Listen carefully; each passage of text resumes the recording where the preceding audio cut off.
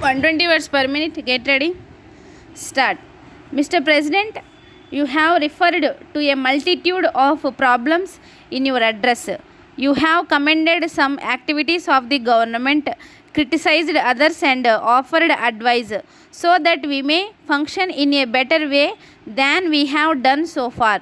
We welcome your advice and the advice of others given with good intentions and with a view to improving conditions in the country.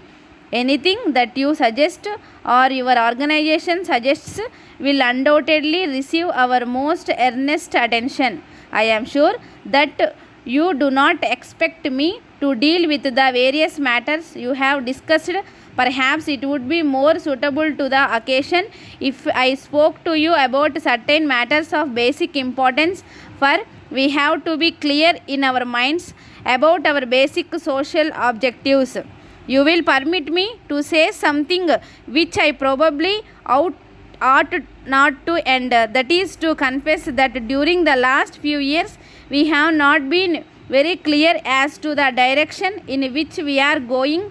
In the immediate present, we might realize the importance of a particular step in the broader aspect of policy. Nevertheless, there is an enormous gulf between the immediate present and the future, about which in these changing circumstances there is a great deal of difference of opinion in the country among those who have given thought to it. The fact is that vast new social forces are at work all over the world as a result of various developments, but mainly because of tremendous technological and political changes.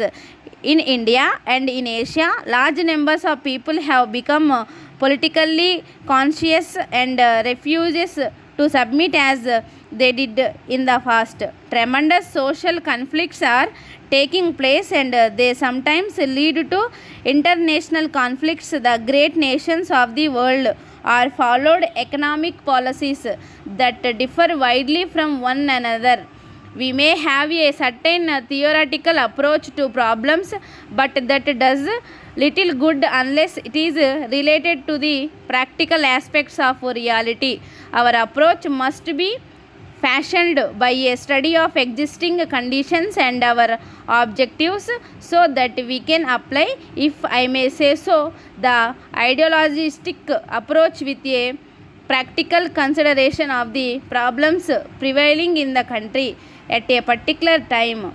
You will permit me to say that it is possible that our approach is a very limited one. It is possible that our approach derives from something statistic that belongs to the past and not so much from the proper appreciation of a situation that is hanging and dynamic.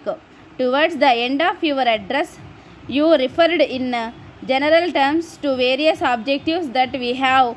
I suppose most of us would agree with these objectives, although of course some may go further than others to say that we want greater wealth, higher standards of living, and greater production. I take it will not be contradicted. We have to achieve these objectives not merely mechanically but also in a social sense, which is very important. I have been driven almost against my will to the conclusion that material well-being is just as important in human life as anything else.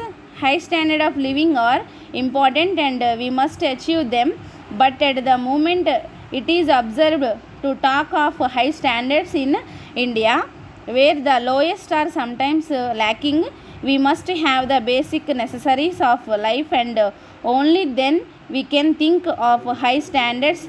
Nevertheless, there is such a thing as the social conditions of the organism or the individual or the group. Frankly speaking, when I seek some of the very highly